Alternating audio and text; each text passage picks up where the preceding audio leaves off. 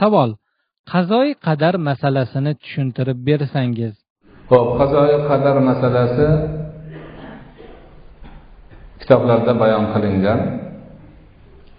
Bizdagi asosiy noto'g'ri tushuncha bu masalada Allohga bog'liq narsani bandaga nisbat berish bilan bo'ladi. Hamma aqida kitoblarini olib ochib ko'ringlar. Shu jumladan sunniy aqidalar degan kitobni ham. Qazoi qadar Allohning sifatlarining ichida. Bandaga bog'liqligi yo'q. Nima degani bu? Bu degani qazoi qadar Allohning ilmiga bog'liq narsa. Allohning ilmi cheksiz ekanligini, bo'ladigan hamma mayda-chuyda narsalargacha bilishini isbot qilish qazoi qadar orqali bo'ladi. Bu Allohning ilmi, majburlashi emas. Agar Alloh taolo mayda-chuyda bo'ladigan narsalarni hammasini bilmasa, Allohligi qolmaydi. Allohligi qolmaydi.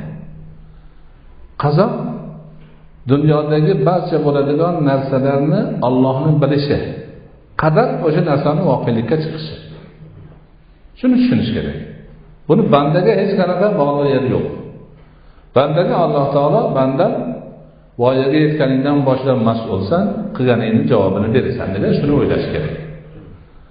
Allohning bergan buyruqlarini ichida qazoi qadarni izlab topsang jannatga kirasan degan gap yo'q.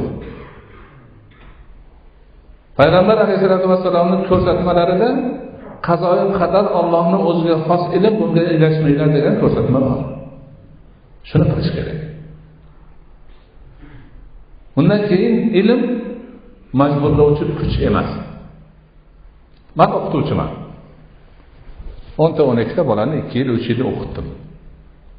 Bolalarning ilm saviyasini o'zimni ojiz bir bilimim bilan bilaman. İmtihon varaqasini yozdim. Ertaga imtihonga da shu bolalarga shu savolni beraman.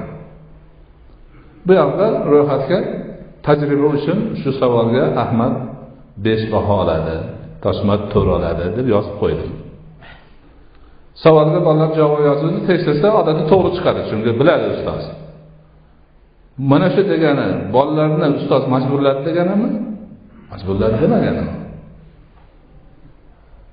Juda Allohning misli yo'q. Allohga misol keltirib bo'lmaydi. Lekin ana ojiz bir banda bir narsani bilyapti. Nimaga Alloh bilmasligi kerak endi? Shu. U har xil baytlarga, boshqalarga ko'ninglar ketmasin. Qazoi qadar bo'lsa, peshonamga bitirib qo'ygan bo'lsa, yana meni nimaga jazolaydi deganlarga hech nima qilmaylar. Gap bu yoqda. U Allohga bog'liq narsa, bandaga Alloh aql bergan, aqlini teshlash uchun din bergan, ana shunga amal qilsin.